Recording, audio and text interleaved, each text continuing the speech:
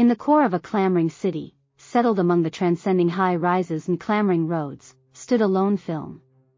It was an old structure, with blurred paint and stripping banners, yet it held a specific charm. It was where dreams and bad dreams mixed, where the crowd could encounter the full range of human inclination. One evening, a gathering of companions accumulated at the film to watch a blood and gore flick.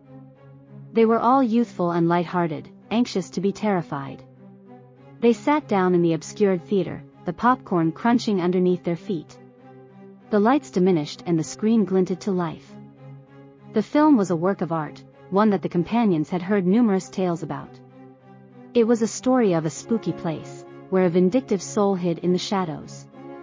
The companions chuckled and kidded from the get-go. However, as the film advanced, the air in the theater moved. The air turned out to be thick with strain, and the companions wound up inclining forward in their seats, their eyes stuck to the screen. The film's hero, a young lady named Sarah, went into the, not entirely set in stone, to uncover its mysteries. The companions watched with sickening dread as Sarah experienced an endless series of unnerving spirits. The phantoms were turned and odd, their countenances bended in articulations of fury and hopelessness. The companions shouted and gripped each other's arms as the film arrived at its peak. Sarah at long last faced the soul that spooky the house, a wicked element known as the malicious one. It was a skirmish of good clashing with evil, and the companions watched eagerly as Sarah battled for her life. Eventually, Sarah prevailed, banishing the pernicious one back to the pit. The companions cheered and embraced each other as the credits rolled. They had endured the film, yet the experience had left them shaken. As they left the theater, they looked back at the film one final time. It remained there, quiet and forcing, a passage to the universe of the grim. The companions headed out in different directions that evening, yet the memory of the blood and gore flick remained with them. They had encountered something genuinely startling, something that would remain with them until the end of their lives. The next night, one of the companions, a young fellow named Alex, chose to get back to the film. He was moved back to where he had encountered such serious trepidation. He needed to check whether he could overcome his feelings of trepidation indeed. Alex showed up at the film late around evening time. The roads were abandoned, and the main sound was the reverberation of his strides. He entered the film and wound up in the unfilled entryway. He strolled to the ticket office and bought a ticket for the following appearance. The theater was dim and quiet. Alex tracked down his seat and got comfortable. He stood by tensely for the film to begin. Unexpectedly, the lights diminished, and the screen glinted to life. The film was the very one that Alex and his companions had watched the earlier evening. Yet again Alex watched with sickening apprehension as the situation of the film transpired before him. Yet, this time, something was unique. As Alex watched the film, he started to feel an odd presence in the theater. Maybe something was watching him. He went to glance around, yet he was separated from everyone else. Alex attempted to overlook the inclination, yet it became more grounded as time passes. He felt like he was being pursued. He needed to leave, however, he was unable to force himself to move. The film arrived at its peak, and Alex watched with dismay as Sarah defied the malignant one. The fight was wild, and it appeared to be that Sarah was going to be crushed. However, at that point, Alex heard a voice in his mind. Alex shut his eyes and focused. He felt his energy moving through him, and he outstretched his hand towards the screen. A light emission shot out of Alex's hand and struck the noxious one. The evil spirit staggered in reverse and let out a blood-turning sour shout.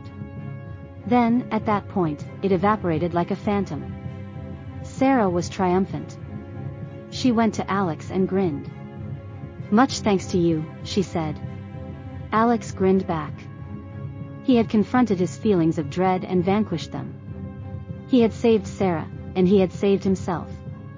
Alex woke up and wound up back in the theater. He was separated from everyone else. He glanced around, however there was no indication of Sarah or the malignant one.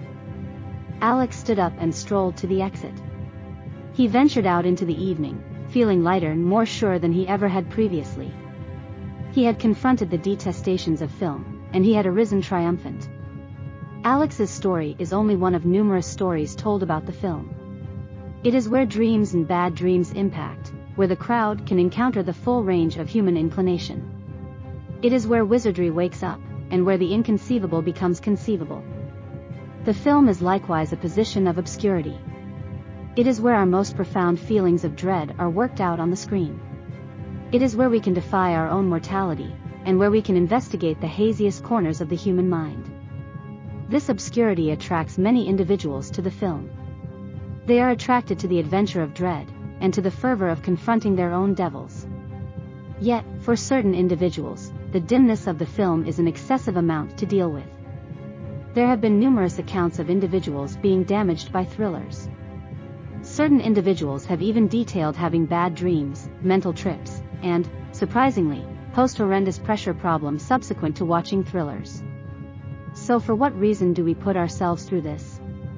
For what reason do we watch thrillers despite the fact that we realize they will terrify us? One explanation is that blood and gore films can be therapeutic. They can assist us with delivering our own gloomy feelings, like apprehension, outrage, and pity. They can likewise assist us with handling our own horrendous encounters. Another explanation is that blood and gore flicks can be a way for us to face our own feelings of trepidation. By watching blood and gore films, we can open ourselves to our feelings of trepidation in a protected and controlled climate. This can assist us with bettering figure out our feelings of trepidation, and to foster survival strategies for managing them.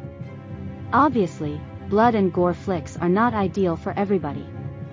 In the event that you are somebody who is effortlessly scared, or on the other hand assuming you have a background marked by psychological maladjustment, being wary about watching blood and gore films is significant. It is likewise critical to recollect that blood and gore flicks are simply fiction. They are not genuine. In any case, for we who partake in the excitement of dread, the film is where we can enjoy our most profound longings. It is where we can confront our apprehensions, and where we can investigate the haziest corners of the human mind. The film is a position of enchantment and haziness, where dreams and bad dreams impact. It is where we can encounter the full range of human inclination, and where we can defy our own mortality. It is where the incomprehensible becomes conceivable. However, it is vital to recall that the film isn't generally a protected spot. The dimness that attracts us to the film can likewise consume us. It is vital to know about the dangers implied in watching blood and gore flicks, and to avoid potential risk to safeguard ourselves.